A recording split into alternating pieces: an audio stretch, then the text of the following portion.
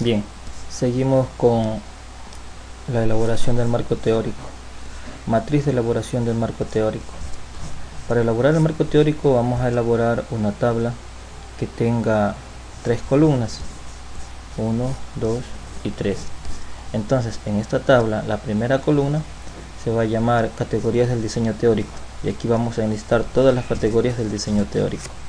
En la segunda columna tienen que estar las variables para la construcción del marco teórico, y en esta tercera columna van a estar los subtemas de nuestro marco teórico, o dicho de otra manera, los posibles subtemas, los posibles subtemas de nuestro proyecto, ¿no? O marco teórico.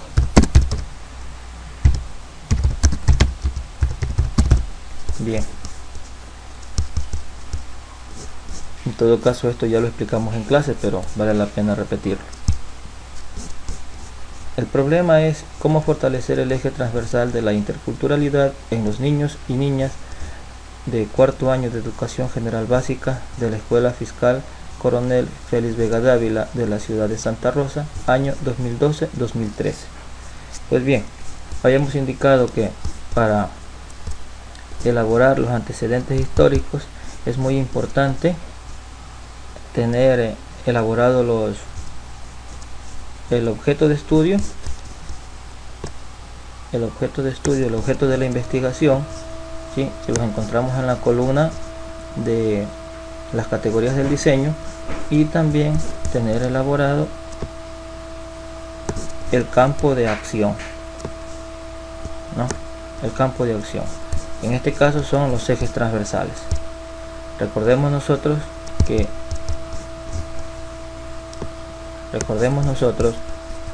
el objeto de estudio de investigación es la parte macro, es el proceso, ¿no?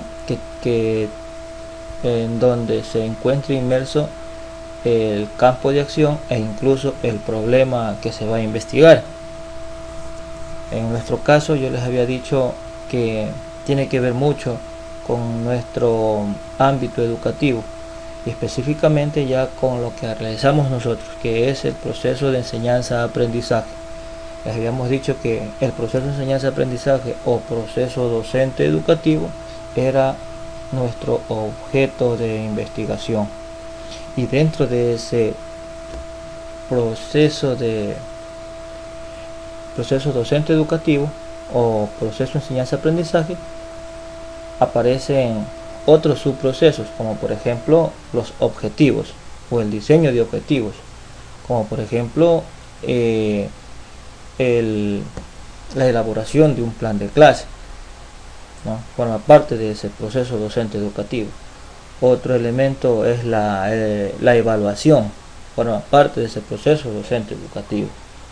Otro elemento que forma parte de ese proceso viene a ser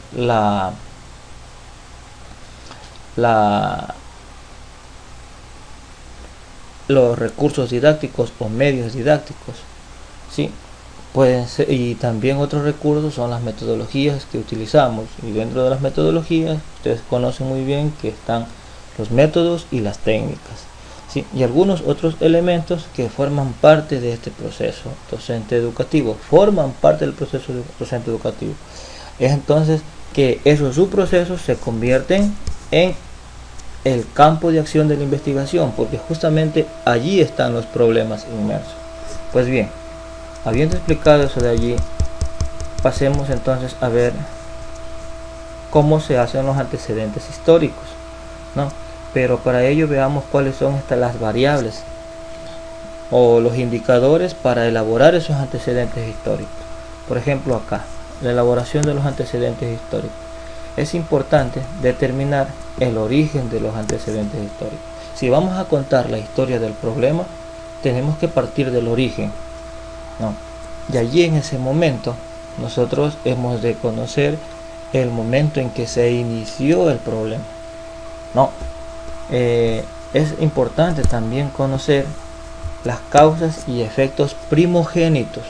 Cuando decimos primogénitos, estamos hablando de las causas primarias, de las primeras causas, y así también los primeros efectos, ¿no?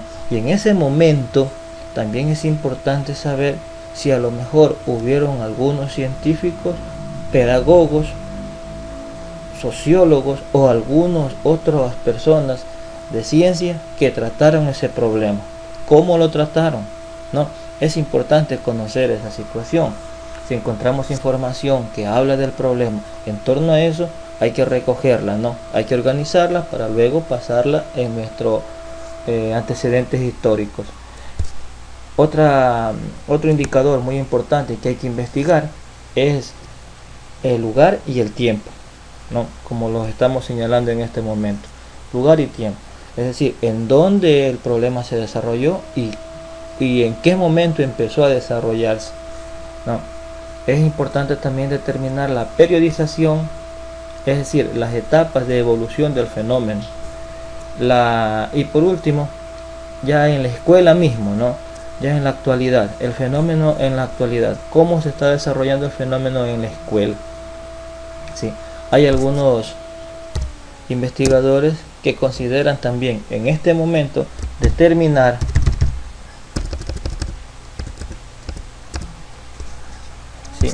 acá en el momento del aparecimiento, ¿sí? Entonces dicen algunos investigadores que hay que determinar las causas políticas, socioeconómicas,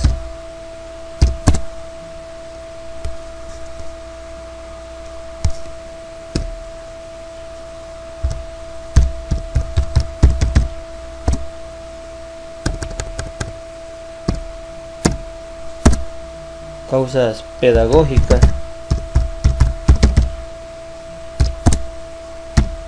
¿sí? E incluso medioambientales, tales tecnológicas,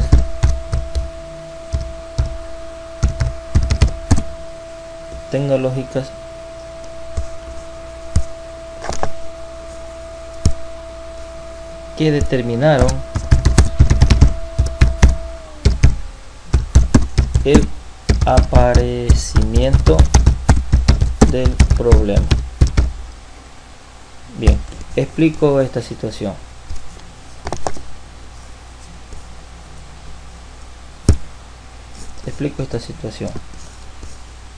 Determinar las causas políticas, socioeconómicas, pedagógicas e incluso medioambientales, tecnológicas,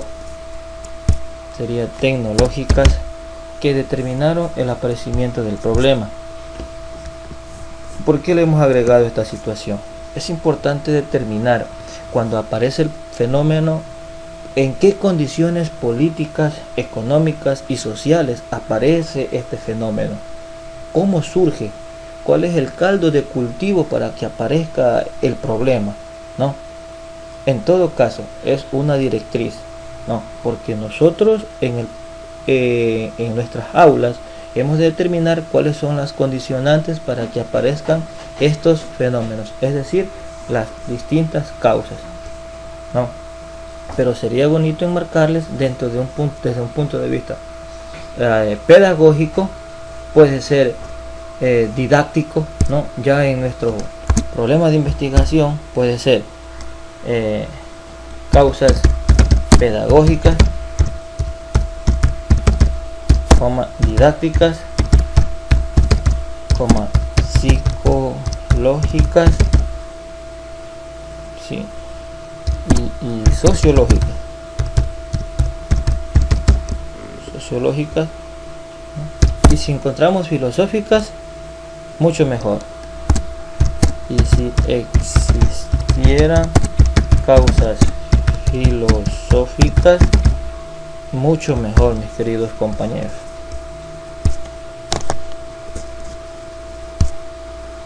Bien, entonces esto más bien estaría ya enmarcado en nuestro trabajo, ¿no? Determinar cuáles fueron ese tipo de causas, ¿no?